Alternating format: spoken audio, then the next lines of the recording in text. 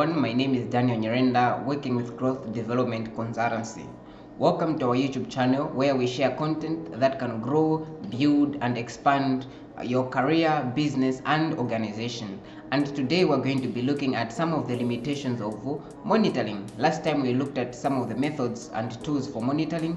We also looked at the types of monitoring, but also monitoring best practices. Now coming to the limitations. The number one limitation of project or program monitoring is getting false information through reports.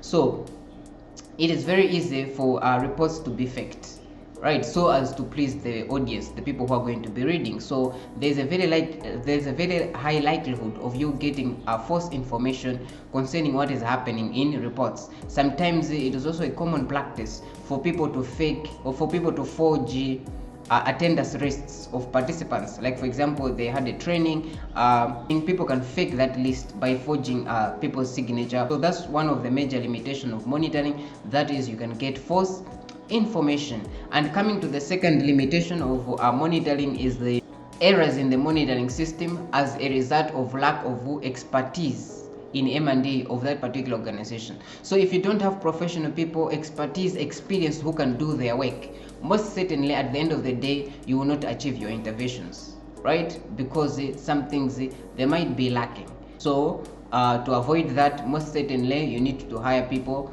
that are experienced, and also you need to ensure that there's continuous capacity building. And so coming to the third limitation of monitoring is having a complex M&E system or too many indicators to measure.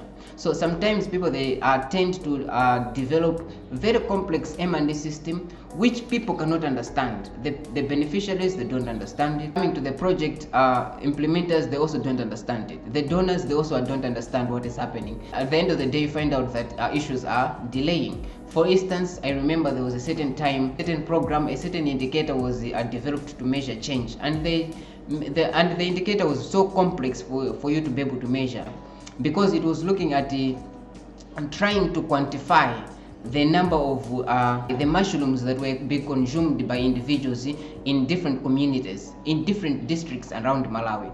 So just imagine if you were the statistician or the M&E officer, how can you be able to measure, or how can you be able to estimate the mushrooms that are being eaten by individuals, right? So that might be very complex, because for you to be able to find, or for you to be able to collect that kind of data, it might be difficult. So at the end of the day, you will come up with estimates, but then those estimates might also be wrong. And many times people, you find out that they report on issues just for the sake of reporting, because it is required for them, but in actual sense they don't know what is happening.